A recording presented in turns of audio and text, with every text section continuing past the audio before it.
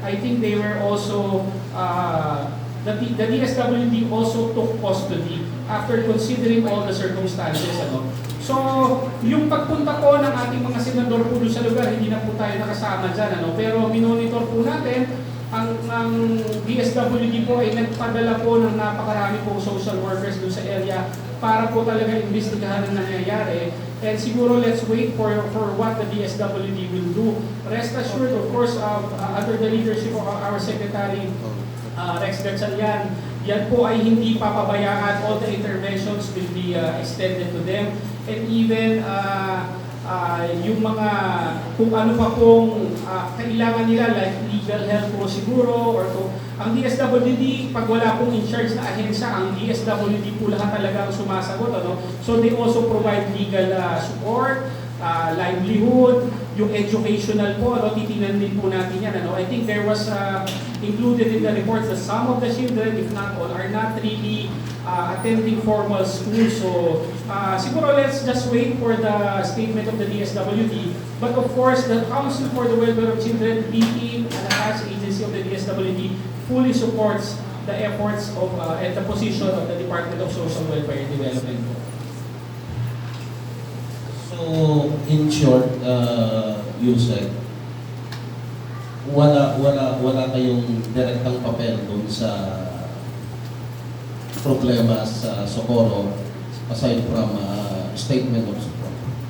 Sir, we are a policy-making agency po kasi under the DSWD, the one which really provides interventions to clients or children. Ito po sinasabi nyo, it is the DSWD and other end-user service providing agencies po. No? So, ang participation po natin dyan, of course, is to observe what is happening and perhaps to assess how we can strengthen our laws, the procedures, the frameworks that we have now for children. Doon po kami tumutulong sa DSWD sa ganung aspeto.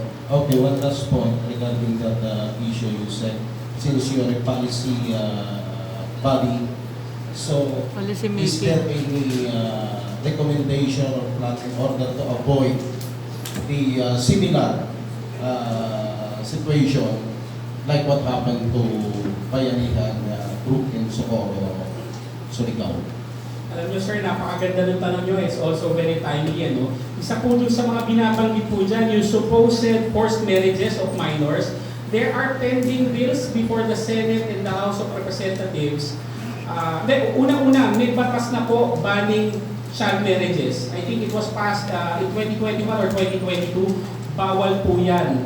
Yung naging resulta po ng supposed na forced marriages po, yung pagkakaroon ng anak ng ating mga kabataan na talagang minors. There are pending bills before the House of Representatives and the Senate seeking to address adolescent pregnancy. Yung adolescent pregnancy po sir, yan po ay 10 to 19 years old. So as early as 10, may naitala po ng mga nanganak na minors po natin. So you can just imagine the gravity or seriousness of this problem. Ano? Our senators would classify this as a social economic phenomenon threatening our children. But for the Council for the Welfare of Children, siguro we hasten to add na not just a social and economic phenomenon, it also has a child protection complexion. Kasi more often than not, ang napapang-asawa po, katulad po yung pinapanood natin investigation natin, there is testimony to the effect, ang napapang-asawa po ay nasa age of majority na o mas matatandang lalaki. So there is a child protection complexion there. That's why we are strongly supporting the pending bills before the Senate and the House of Representatives seeking to address the prevalence of adolescent pregnancy in our country. Thank you.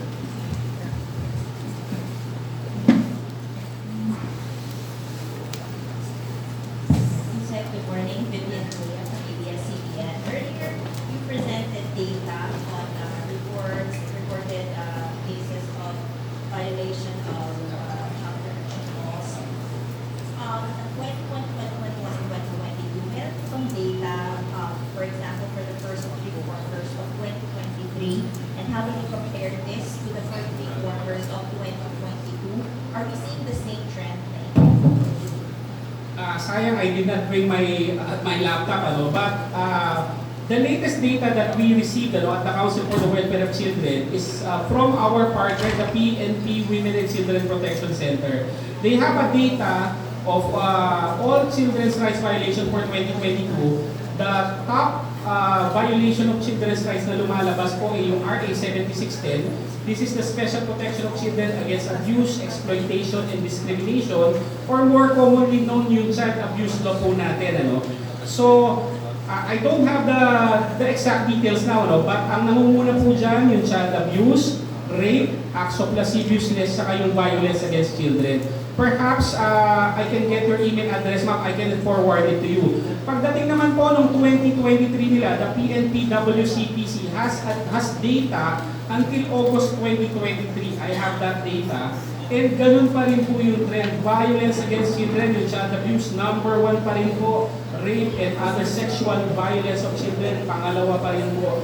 So, what I'm saying is that the problems of children are not going away. I think Ma'am Cathy mentioned earlier, no, as government tries to prevent or protect children, technology sometimes overtakes us. So we have to keep up, we have to we have to really commit to that whole of nation approach. Otherwise po, ma-overtaken po tayo bago tayo makapagpasa ng batas.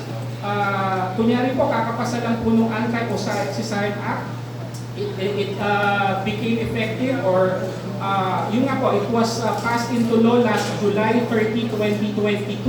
Now, PLDT Smart is now mentioning this new threat to our children, yung AI-generated posahig naman. Ano? So, panibagong banta na naman po yan. So, hopefully, our lawmakers and of course, our mga law enforcers po ay makaka-keep up po dyan. Hindi po tumitigil ang NBI po dyan. Of course, NPNP sa pagsupo po niyan.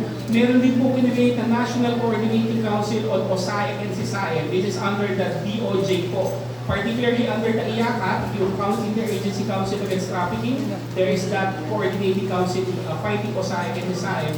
Both of them are under the Department of Justice. So, hindi po yan pinapabayaan ng ating pamahalaan po at ginagawa po lahat para protektahan ang ating mga kabataan. Viv, thanks for that question. I'm just having my colleagues bring up the slide kasi meron kaming slide na dun sa scale of harm study. Pero kung as we wait, maybe Skip, you can hand over that paper to me. Babasahin ko na lang. Yung scale of harm study, kami yung kauna-unahang private sector na kinuha nila for their inaugural study of the International Justice Mission.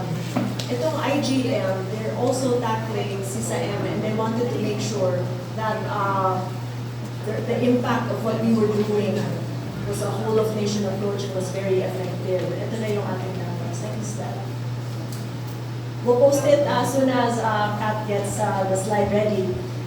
Ito yung latest from a telco perspective. Nearly 500,000 Filipino children trafficked in 2022 to produce CISEM.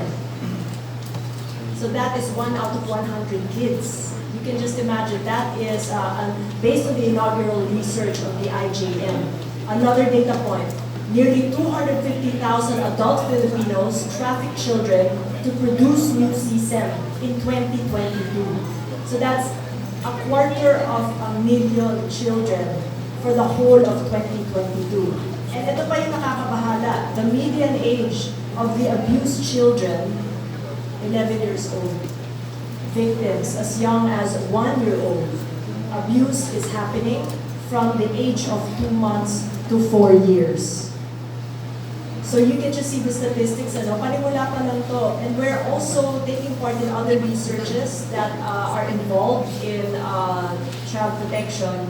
And you can just imagine that the statistics may be going northbound. Especially with na-mention natin AI-generated CSEM. So, ayan, I hope that helps. Thank you, Ms. Keita. Also, just a follow-up. Of course, we have been addressing this every year. Pero where do we attribute the continued increase in the cases, and what else can be done? Of course, there are many reasons why, for instance, violence against children and even online sexual abuse and exploitation is increasing. Of course, studies have shown that of course poverty and underdevelopment have contributed. Of course, pag wala pong pera, particularly yung society po, no, there have been studies, ano, it's a combination of poverty, underdevelopment, and even mentality, ano, may cultural aspects po kasi yan. Based on that study po kasi, even relatives or parents po, which engage in, which subjects their children to online sexual abuse and exploitation, there is that wrong mentality there that nothing wrong is happening because it's just a video or it's just pictures.